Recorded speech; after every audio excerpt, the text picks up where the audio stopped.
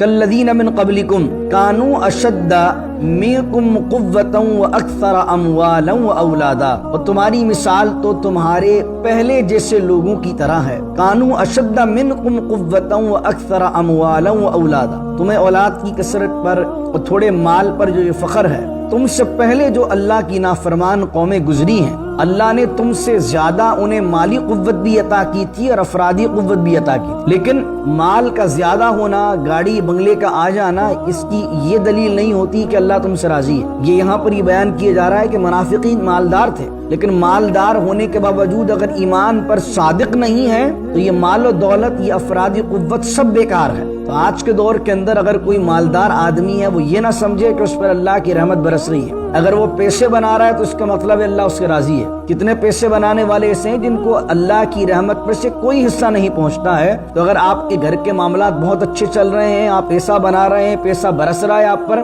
تو کبھی بھی یہ نہ سمجھیے یہ اللہ کی رحمت ہے۔ اپنے معاملات کو دیکھیے، اگر آپ کے لوگوں کے ساتھ معاملات درست ہیں اور آپ منافقت نہیں کر رہے ہیں تو پھر سمجھیے یہ خدا کی رحمت ہے۔ لیکن سارے معاملات الٹے ہیں اور پیسہ پھر بھی برس رہا ہے، تو یہ اسی طریقے سے جس طرح اللہ نے کافروں کو اور منافقوں کو پیسہ دیا۔ پھر آگے فرمایا فاستمتعوا بخلاقی عقدۃ من لسانی یفقهوا قولی، اللہم صل علی سیدنا و مولانا محمد معدن الجود والکرم وآلہ وصحبہ وبارک وسلم۔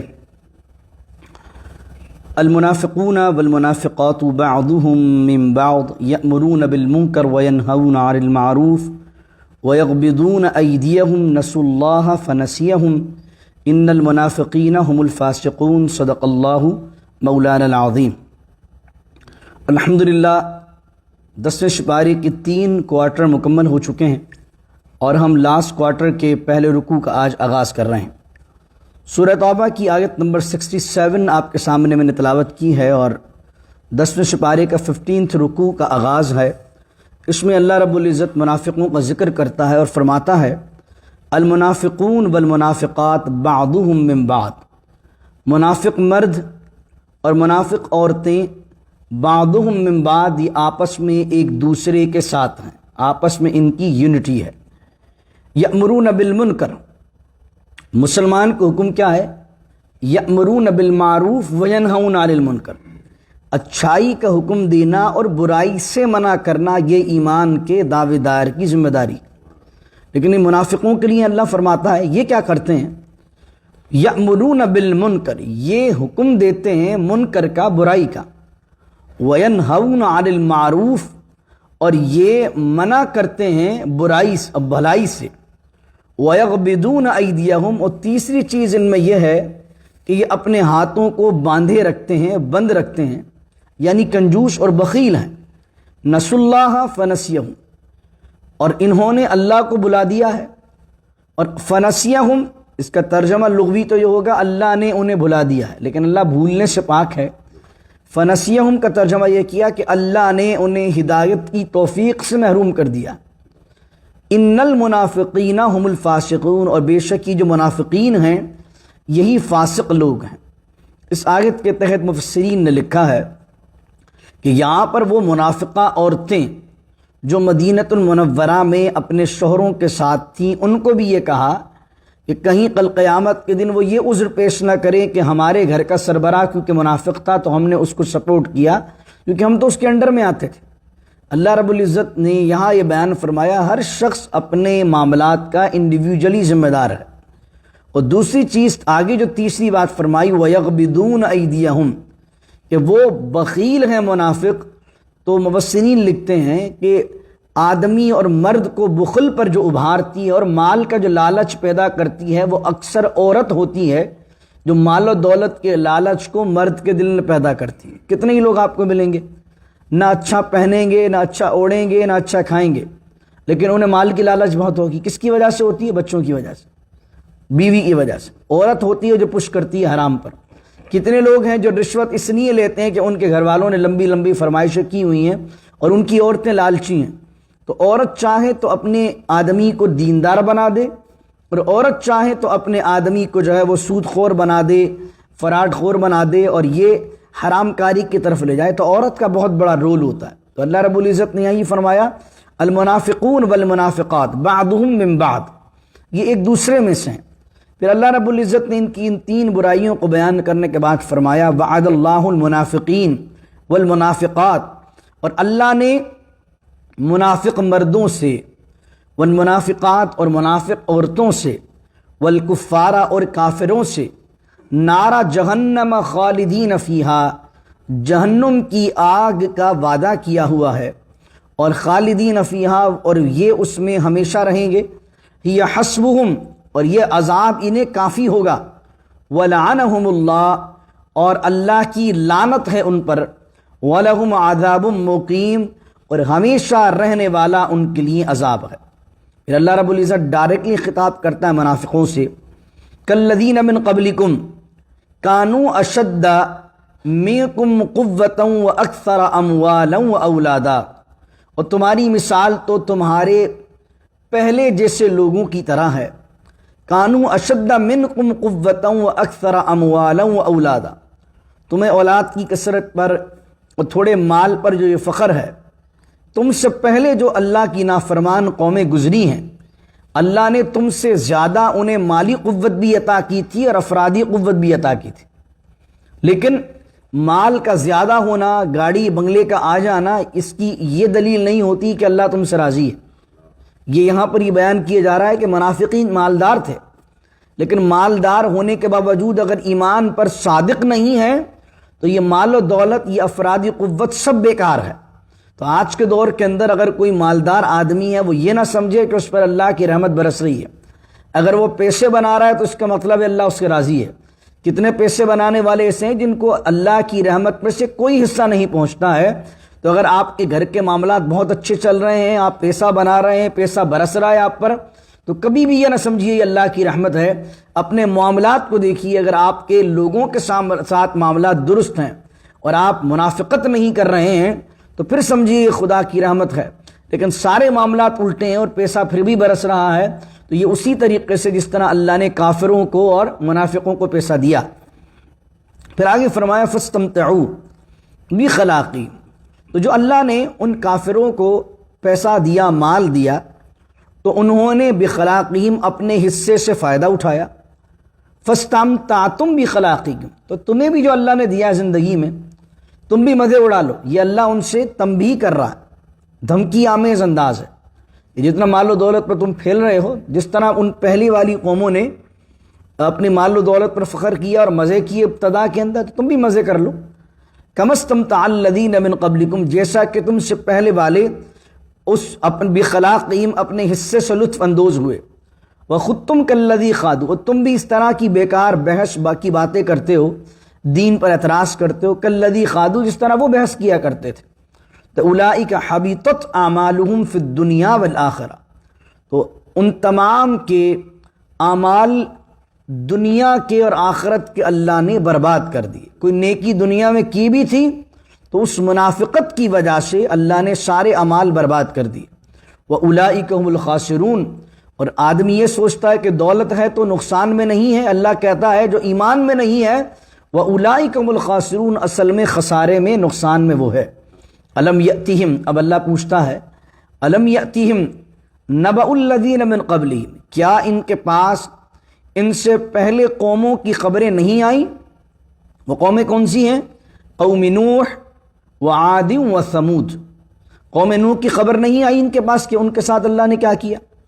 قوم عاد کی خبر نہیں آئی، قوم نوح کو اللہ نے ڈبا دیا، قوم عاد کو آندھی کا عذاب آیا، وثمود، اور ثمود کو چنگھاڑ کا عذاب آیا، وقوم ابراہیم، اور ابراہیم علیہ السلام سے نعمت سلب کر دی گئی اور نمرود کے دماغ میں ایک مچھر آ کر بس گیا جس نے اس کو مار دیا۔ وہ اصحاب مدین، اور حضرت شعیب علیہ السلام کی قوم جو ہے وہ اصحاب مدین ہے۔ یہ آپ 8ویں سپارے کے لاسٹ کوارٹر میں سب پڑھ کر آئے ہیں۔ وہ اصحاب مدین، اور اصحاب مدین کو نہیں دیکھا کہ ان پر کیسا عذاب آیا کہ بادل آیا، وہ سمجھے بارش ہوگی، سب بادل کے نیچے جمع ہو گئے اور اللہ نے اس پر سے آگ برسا دی۔ والمؤتفقات، اور بستیاں الٹنے کا جو عذاب آیا وہ کون سا تھا؟ حضرت لوط علیہ السلام کی قوم پر جو عذاب آیا کہ جبرائیل اپنے پروں پر اس کو اٹھا کر اوپر لے گئے اور الٹ کے پٹخ دیا انہوں نے۔ فرمایا کیا یہ 6 قوموں کے عذاب بیان کر کے اللہ کہہ رہا ہے کہ یہ منافق جن کو اپنی طاقت پر ناز ہے، جن کو اپنی قوت پر ناز ہے، کہ یہ قوموں کی خبریں انہوں نے نہیں پڑھی ہیں؟ یہ 6 قوموں کا اسپیشلی ذکر اس لیے کیا کہ عرب کے قریب عراق، یمن، یہ تمام شہر آباد تھے، تمام ملک آباد تھے، یہیں وہ قومیں بستی تھیں، قوم ابراہیم، قوم ثمود، قوم صدوم، قوم عمورہ، جن پر اللہ کا عذاب آیا تھا۔ تو یہ ٹریول کرتے تھے تو ان بستیوں سے گزرتے تھے۔ تو اللہ کہہ رہا ہے ان منافقوں نے کیا وہ بستیاں نہیں دیکھی، ان کی خبر ان کو نہیں پہنچی؟ اتتہم رسلہم بالبینات، کیا ان کے پاس ہمارے رسول نہیں آئے تھے بالبینات، واضح دلائل کے ساتھ؟ فما کان اللہ لیظلمہم، تو اللہ نے ان پر ظلم نہیں کیا، وَلَٰكِن كَانُوا أَنفُسَهُمْ يَظْلِمُونَ، لیکن انہوں نے اپنی جانوں پر خود ظلم کیا اللہ کی نافرمانی کر کے۔ یہاں پر کلام ختم ہوتا ہے منافقین سے کہ منافقین میں یہ نشانیاں ہیں، ان کے ساتھ یہ معاملہ ہوگا، اور پچھلی قوموں کا ذکر کیا۔ اب اللہ رب العزت مومنوں کا ذکر کرتا ہے فوراً اس کے بعد کہ مومن کون ہوتے ہیں۔ اللہ کہتا ہے والمؤمنون والمؤمنات بعضهم اولیاء بعض، مومن اور مومن مرد اور مومن عورتیں یہ آپس میں ایک دوسرے کے رفیق ہیں، اولیاء ہیں، دوست ہیں۔ اب یہاں یہ دیکھیے ایک فرق دیکھیے گا، یہاں اولیاء کا ذکر آیا ہے اور یہاں پر آیا المنافقون والمنافقات بعضهم من بعض، یہاں اولیاء نہیں ہے۔ بعضهم من بعض سے مراد کیا ہے کہ منافق مرد اور منافق عورتیں یہ آپس میں ایک دوسرے کے ساتھ ہیں، یعنی بس ساتھ نظر آ رہے ہیں لیکن ایک دوسرے سے بھی مخلص نہیں ہیں۔ جب منافق اللہ رسول سے مخلص نہیں ہے تو بندے سے کیا مخلص ہوگا؟ تو اس لیے وہاں اولیاء نہیں فرمایا، لیکن جب مومن مردوں اور مومن عورتوں کا ذکر کیا تو یہاں کیا کہا؟ والمؤمنون والمؤمنات بعضهم اولیاء بعض، مومن مرد اور مومن عورتیں یہ آپس میں ایک دوسرے کے حقیقی ہمدرد ہیں، حقیقی رفیق ہیں، حقیقی معاون ہیں، ایک دوسرے کا ساتھ دینے والے ہیں۔ اب دیکھیے گا، اس کو کمپیئر کریں اس آیت سے جو منافق کے لیے گزری تھی۔ یأمرون بالمعروف، وہاں پر کیا آیا تھا؟ یأمرون بالمنکر، مومن کیا کرتے ہیں؟ اچھائی کا حکم دیتے ہیں، منافق کیا کرتے ہیں؟ برائی کا حکم دیتے ہیں۔ وینہون عن المنکر، اور مومن کیا کرتے ہیں؟ برائی سے منع کرتے ہیں، اور منافق کیا کرتے ہیں؟ وینہون عن المعروف، اچھائی سے منع کرتے ہیں۔ فرمایا وَيُقِيمُونَ الصَّلَاةَ، اور نماز کو قائم کرتے ہیں، وَيُؤْتُونَ الزَّكَاةَ، اور زکوٰۃ کو ادا کرتے ہیں۔ وہاں کیا فرمایا تھا کہ منافق جو ہوتا ہے وہ بخیل ہوتا ہے، اپنے ہاتھ کو بند کرتا ہے۔ فرمایا وَيُقِيمُونَ الصَّلَاةَ، اور نماز کو قائم کرتے ہیں، وَيُؤْتُونَ الزَّكَاةَ، زکوٰۃ کو ادا کرتے ہیں، وَيُطِيعُونَ اللَّهَ وَرَسُولَهُ، اور اطاعت کرتے ہیں، فرما برداری کرتے ہیں اللہ کی، اس کے رسول کی۔ وہاں کیا تھا؟ نسوا اللہ، انہوں نے اللہ کو بھلا دیا ہے، اور اس کے بدل میں اللہ نے جب کمپیریزن کیا مومنوں کا تو یہاں کیا انہوں نے بھلایا نہیں ہے، نماز کو بھی قائم کر رہے ہیں، بخیل بھی نہیں ہے، اللہ کی راہ میں دے بھی رہے ہیں۔ وَيُطِيعُونَ اللَّهَ وَرَسُولَهُ، اور اللہ اس کے رسول کی اطاعت کرتے ہیں۔ أُولَئِكَ سَيَرْحَمُهُمُ اللَّهُ، یہ وہ لوگ ہیں جن پر اللہ ان قریب اپنی رحمت برسائے گا۔ إِنَّ اللَّهَ عَزِيزٌ حَكِيمٌ، اور بے شک اللہ تعالی غالب ہے، حکمت والا ہے۔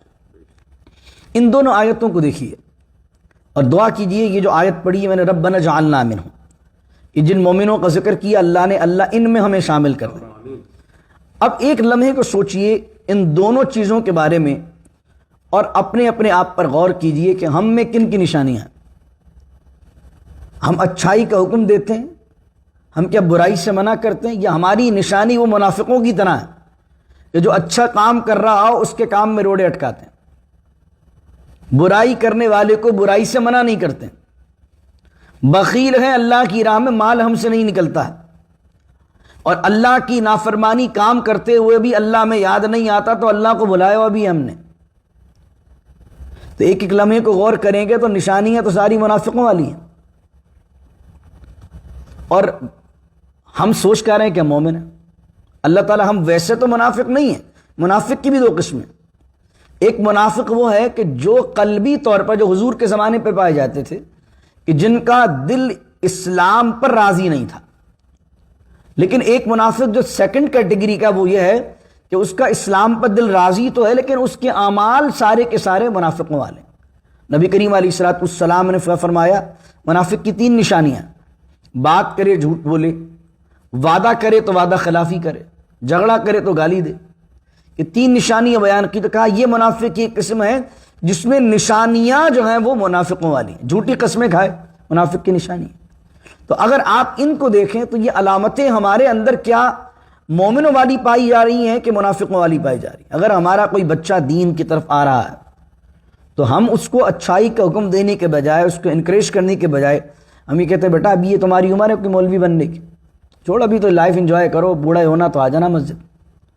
یعنی اپریشیٹ نہیں کرتے. کوئی اچھا کام کر رہا ہو تو اس کی ٹانگیں کھینچتے ہیں کہ بھئی یہ کوئی اچھا کام کر رہا ہے تو بجائے اس کو اپریشیٹ کر دیں، کم از کم اس کا ساتھ نہ دیں، اس کے ساتھ کھڑے نہ ہوں تو تم اس کا کوئی کمر تھپکی کرو کہ یار ماشاءاللہ آپ ماشاءاللہ ایک بہت اچھے کاز کے لیے کام کر رہے ہیں. لیکن برائی کا حکم دیں گے، اچھائی سے منع کریں گے، یہ منافق کی نشانی ہے. اور یہ کیا ہے؟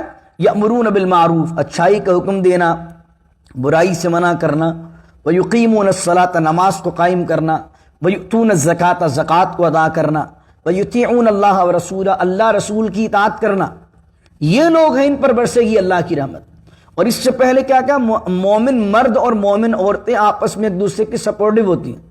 تو وہ میری بہنیں جو اس ویڈیو کے ذریعے مجھے سن رہی ہیں، اگر ان کے شوہر نمازی ہیں، نماز پڑھنا چاہتے ہیں، زکوٰۃ دینا چاہتے ہیں، چیریٹی کرنا چاہتے ہیں، لوگوں کی مدد کرنا چاہتے ہیں اور دین کے لیے خدمت کرنا چاہتے ہیں اور وہ سپورٹیو ہیں تو سمجھ لیں وہ مومنہ ہیں.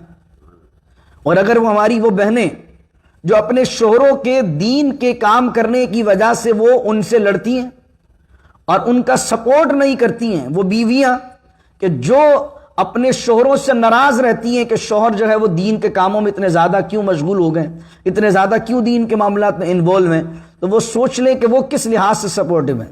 کیونکہ مومنہ عورت مومن مرد کی سپورٹیو ہوتی ہے.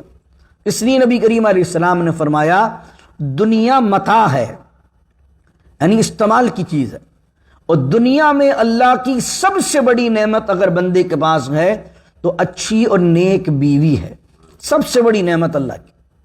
یہ حضور کے فرمان پر اگر آپ غور کر لیں تو آپ کو اندازہ ہوگا کہ دنیا میں بڑی دولت نہ گھر ہے نہ گاڑی ہے، دنیا میں اچھا لائف پارٹنر جو ہے، دیندار جو پارٹنر ہے، وہ ہے سب سے بڑی نعمت. کیونکہ وہ اگر نیک ہے تو گھر پورا گہوارہ جنت ہے، اولاد نیک ہے، آپ کو پیس آف مائنڈ ہے. اور اگر وہ شر والی ہے تو پورے گھر کا شرازہ بکھر جاتا. اللہ اکبر. تو اللہ تعالیٰ ہماری عورتوں کو بھی ان عورتوں کی طرح بنا دے جن کا اس آیت میں ذکر ہوا ہے، اور ہمارے مردوں کو بھی ان مومن مردوں کی طرح بنا دے جو اس آیت میں ذکر ہوا ہے. اور اگر ہم اس طرح بن جائیں گے تو اللہ آخری آیت ہے اس رکوع کی، اس پر درس کا اختتام کرتا ہوں میں، آیت نمبر 72، کہ اگر جو یہ کام کرے گا تو اللہ کہہ رہا وعد اللہ المؤمنین والمؤمنات. اب اس کو بھی کمپیئر کرے اوپر کی آیت کے. ادھر کیا کہا تھا کہ وعد اللہ المنافقین والمنافقات، اللہ نے وعدہ کر رکھا ہے منافق مردوں سے، منافق عورتوں سے جہنم کی آگ کا، اور اس میں ہمیشہ رہیں گے. اب یہاں مومنوں کی کوالٹی بیان کرنے کے بعد کہا وعد اللہ المؤمنین والمؤمنات، اور اللہ نے مومن مردوں سے مومن عورتوں سے وعدہ کیا ہوا ہے جنات تجری من تحتها الانہار، ان باغات کا جن باغات کے نیچے نہریں رواں ہیں. خالدین فیہا، مومن مرد اور مومن عورتیں اس جنت میں ہمیشہ رہیں گے. وَمَسَاكِنَ طَيِّبَةً فِي جَنَّاتِ عَدْن، اور عدن کے باغات میں کتنی پاکیزہ وہ جگہ رہنے کے لیے ہے. مساکن طیبتاً، کتنی پاکیزہ جگہ ہے، فی جنات عدن، جنت عدن میں رہنے کے لیے. عدن جو ہے وہ جنت کا ایک مقام ہے، جنت کا ایک نام ہے.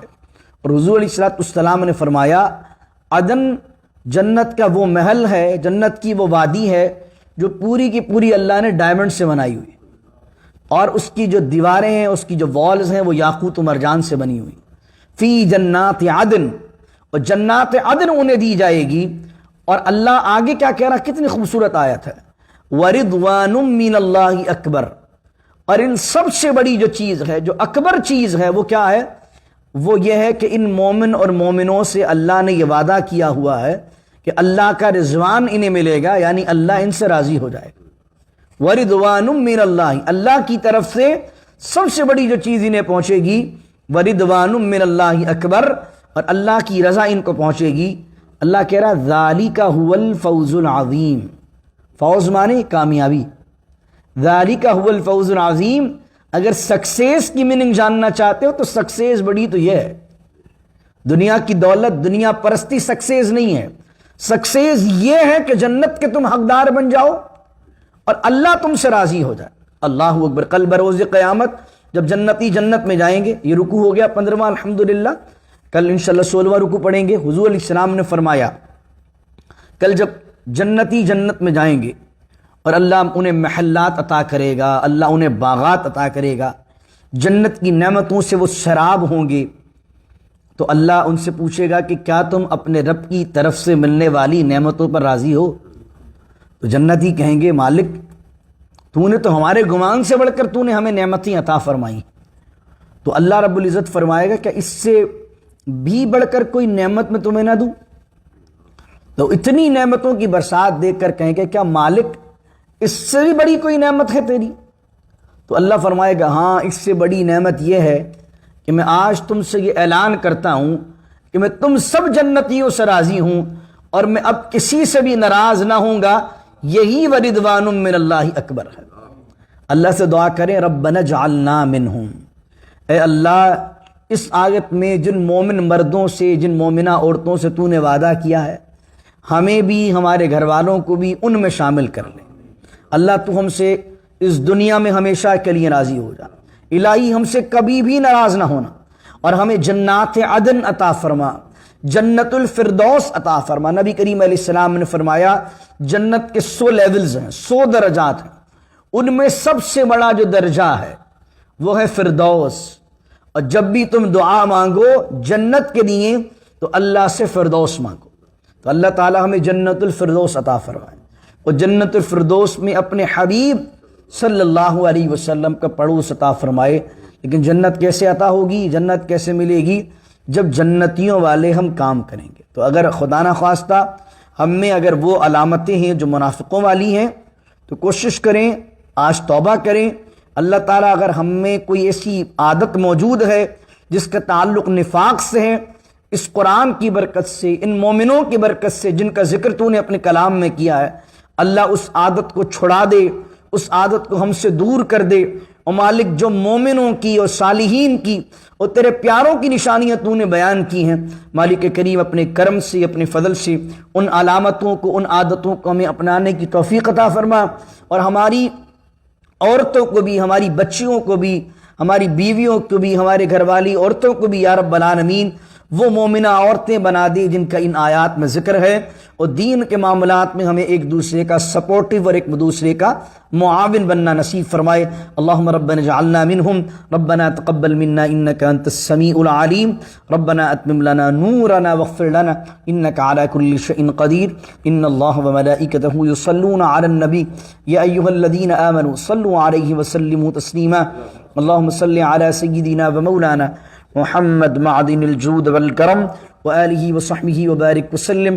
سبحان ربک رب العزت عما یصفون والسلام علی المرسلین والحمد للہ رب العالمین۔ لا الہ الا اللہ محمد الرسول اللہ صلی اللہ علیہ وسلم۔